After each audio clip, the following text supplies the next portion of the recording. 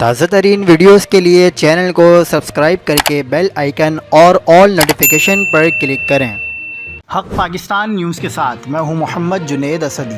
میاں چنوں میں مقدس اوراق کو جلانے کے الزام میں ہجوم نے ایک شخص کو مار ڈالا۔ مشتعل افراد نے لاش کو درخت سے لٹکا دیا۔